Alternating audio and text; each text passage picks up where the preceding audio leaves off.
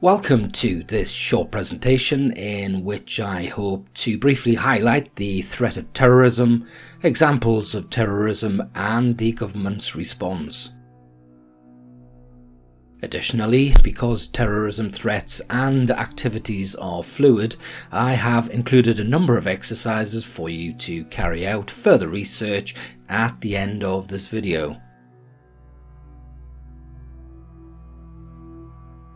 According to the Crown Prosecution Service UK website, terrorism is the use or threat of action designed to influence any international government organisation or to intimidate the public.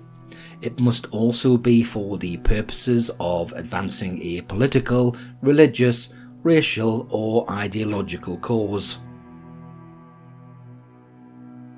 The website then goes on to include examples such as serious violence against a person or damage to property, endangering a person's life other than that of the person committing the action, creating a serious risk to the health or safety of the public or a section of the public, an action designed to seriously interfere with or seriously to disrupt an electronic system.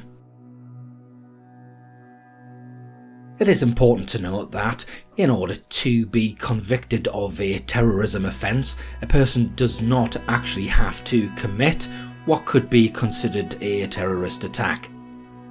Planning, assisting, and even collecting information on how to commit terrorist attacks are all crimes under the British terrorism legislation.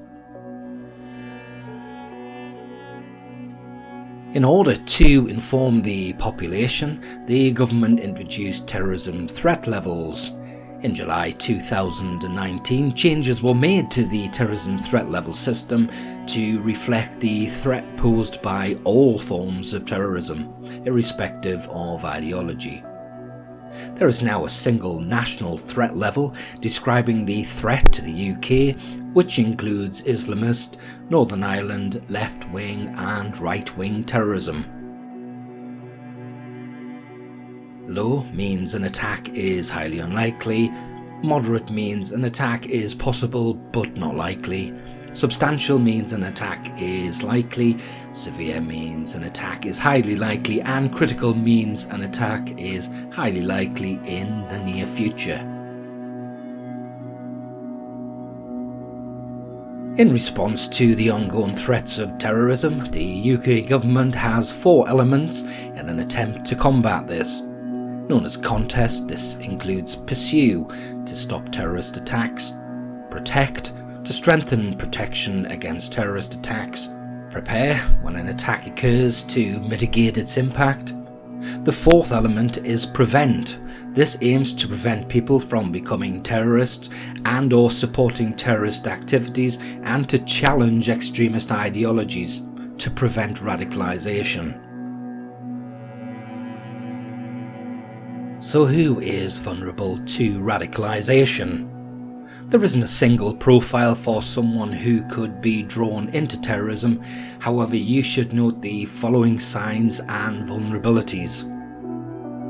Has the person had a significant life event, mental health issues, a desire for excitement and adventure, a desire for status, a desire for political or moral change, feelings of grievance and injustice, a need for identity, meaning and belonging, or feeling under threat. In addition, the following lists are potential signs and indications to look out for. These include change of appearance, depression, a newfound arrogance, limited or repetitive vocabulary, the person has potentially become withdrawn, use of discriminatory language, they have formed perhaps new friendships, or perhaps are fixated on a new subject.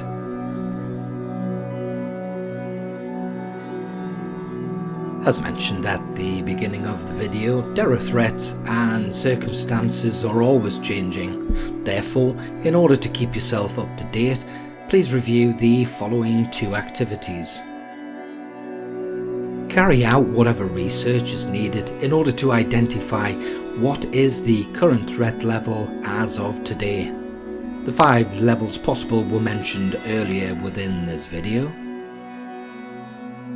Also consider what local terror threats there have been in your area or district within the past few years. Try and identify at least 2 potential and/or actual acts of terrorism that have occurred and note these specific details, i.e. the background, who, what, where and when.